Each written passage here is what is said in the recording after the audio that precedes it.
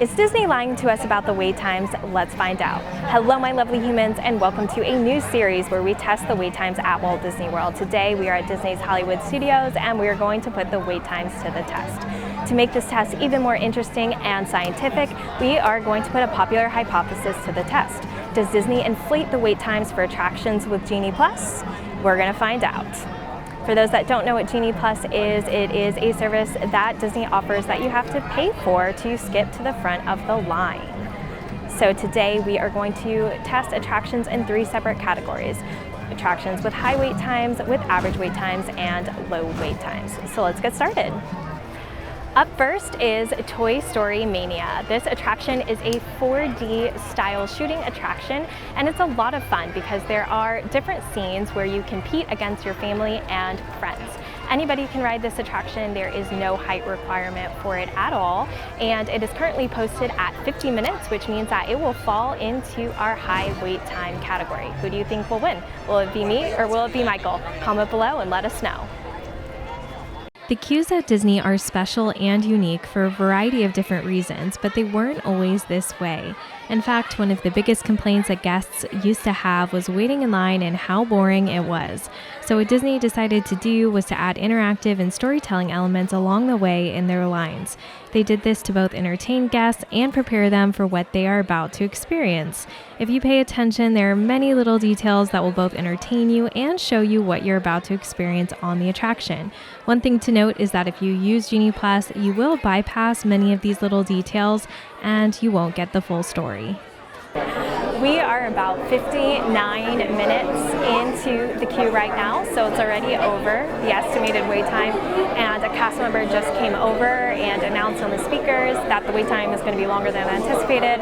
Whenever this happens, it's very common for Disney to do that, but they do not tell you what the new estimated wait time will be, so we will just have to wait and see.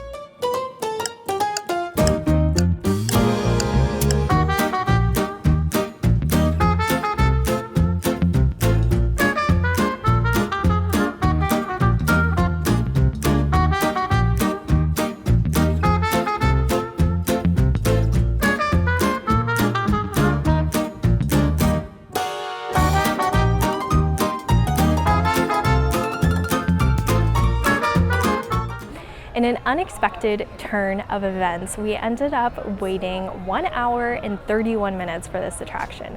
As a reminder, the posted wait time when we entered the queue was only 50 minutes. I will say that that's pretty uncommon for Disney. Most of the time it's the other way around, but that's what happened today, and we're taking you along and showing you what is possible on your trip. It's also very interesting because we checked the wait times in the app now that we're off the attraction, and it's down to 15 minutes, which goes to show that if you have a good park plan, you can do almost anything with a low wait time.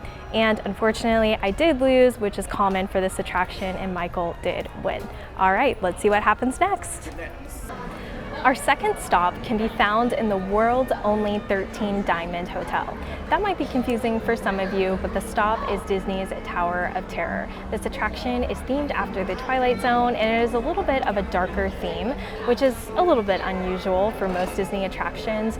So just know it's a little bit on the scarier side, and there is a height requirement of 40 inches. It is a drop style attraction, and it is a lot of fun. This attraction is currently listed at 30 minutes, probably because, as you can tell, it's starting to rain and most of the queue is outside. So 30 minutes is pretty good. Let's test it out. We're going to put it in our medium/average category for the day. Let's go drop in. One really interesting thing that Disney Imagineers try to do with queues is set your expectations appropriately. So for creepier, scarier rides like this, you're going to see a lot more scarier elements represented and darker colors.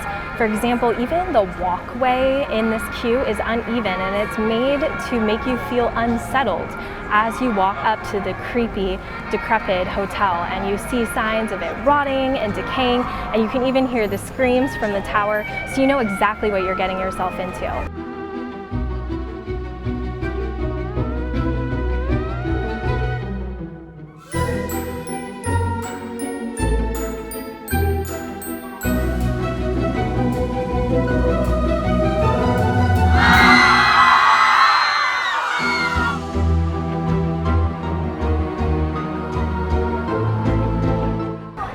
We ended up waiting 21 minutes for Tower of Terror. As a reminder, the posted wait time was 30 minutes, so that one was pretty good and pretty typical for what you see for Disney. They definitely usually do inflate the wait times just a bit so that you have the best experience possible most of the time. Obviously that didn't happen this morning, but let's see what happens next.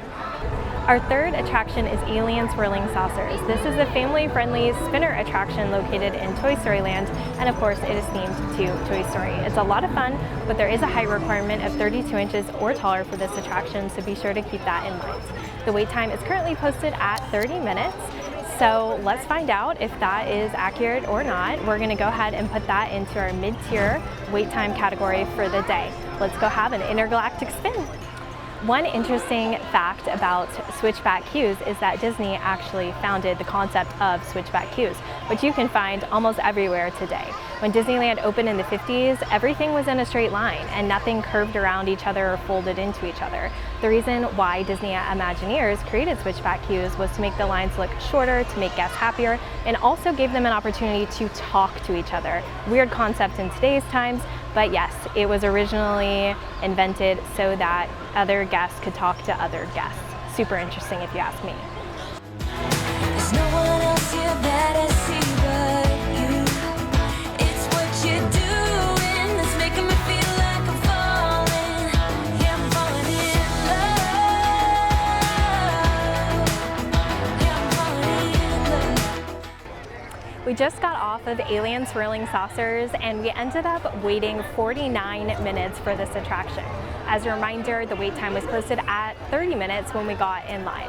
That is definitely unexpected, and this is the second time this has happened today, so I don't know what to say about that or what to think about that really, but honestly things can change so quickly and it's really hard for Disney to judge sometimes with the influx of people using Genie Plus and getting in line and all of that.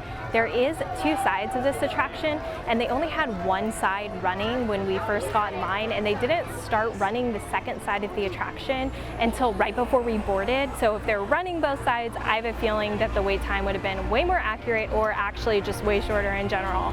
All right, let's see what happens next. Our fourth attraction is Minnie and Mickey's Runaway Railway. This is a super fun attraction through a cartoon-filled world. It's a zany attraction with lots of surprises, and I highly recommend that everyone experience it on their trips. It's currently a 55-minute wait, so it's going to go into our high category for the day, high wait time category, and there's no height requirement, so anyone is welcome to enjoy this experience. Let's go have a wild time.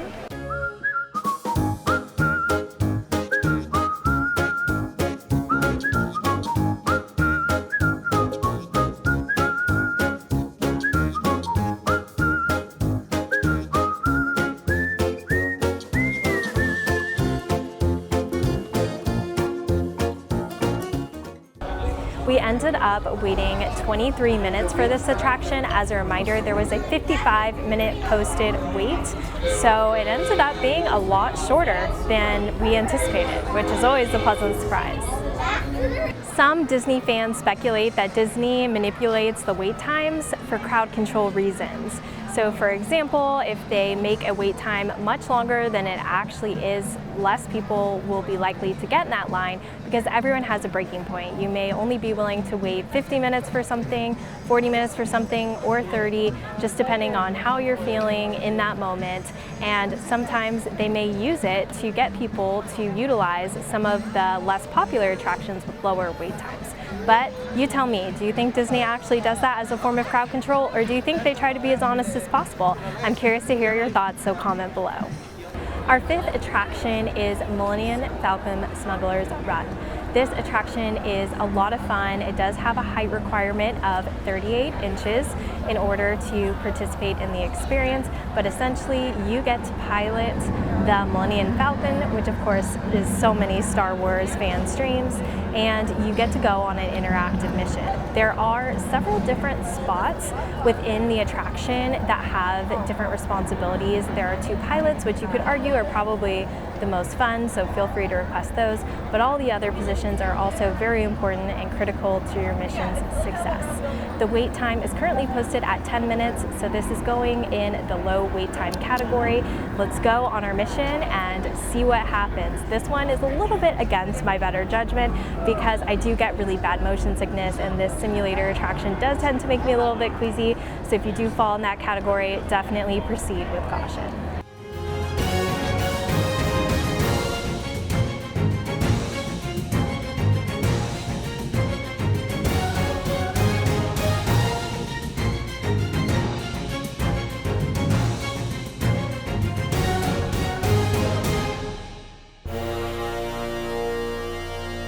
We just finished our mission on Millennium Falcon Smuggler's Run, and we ended up waiting around 20 minutes. As a reminder, the posted wait time was around 10 minutes, so we ended up waiting double the posted wait time, which again is pretty surprising for Disney. I will say that we had some what I like to refer to as pilots in training, piloting the Falcon, and so that meant it was a little bit all over the place, a little bit jumpy. For those of you who do suffer from motion sickness, that can definitely lead to an outcome where you feel a little bit queasy, and I definitely am in this moment, so I'm going to take a second to just breathe and recover a little bit before we continue on with our magical evening, but of course anything for all of you.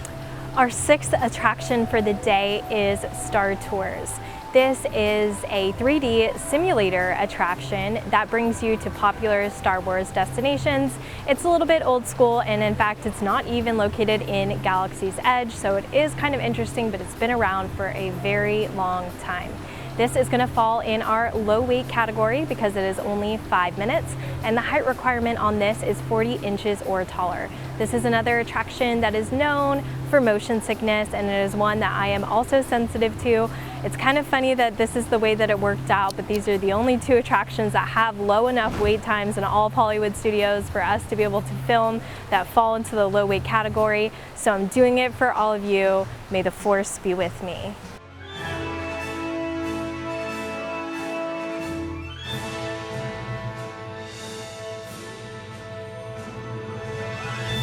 All right, my lovely humans, I'm going to be honest and real with you in this moment and tell you that I had to lay down on a park bench for a solid 15 minutes after that attraction just to recompose myself. So if you suffer from motion sickness, please do not ride that attraction. Please skip Star Tours and just let your family and or friends ride it without you. The posted wait time was 5 minutes. We ended up waiting 14 minutes, so again, almost 3 times what was posted for that attraction. Coming to you live from Potato Land. In conclusion, our day is nothing like I expected it to be. I had thought through so many different reasons on why Disney might inflate the wait times, and I was prepared to talk to you about them throughout our day and in conclusion of our day. But in fact, the opposite happened. The majority of the attractions that we experienced were actually just completely lower than how long we actually waited, meaning we waited a lot longer than we anticipated. So I'm curious, do you feel like Disney inflates the wait times? And if so, why do you feel like they do it? Or do you feel like you've had more experiences like we had today?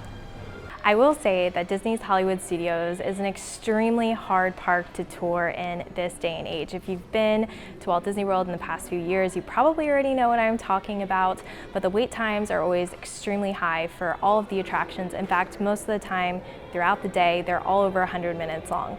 I don't love encouraging people to buy Genie Plus because I do not feel that people should have to pay more to have a more seamless vacation, but this is one park where I do recommend Genie Plus. If you're going to buy it in one park, do choose Disney's Hollywood Studios, so you don't end up with crazy waits over 100 minutes long all day long. If you liked today's series, then let me know which park you would like me to test next. Thank you so much for watching and following along on our magical day. Don't forget to like this video, subscribe, and hit that bell icon so you're notified next time I post a video. Until next time, see you real soon. If we're really being honest with ourselves, we know what the longest line is in all of Disney's Hollywood Studios.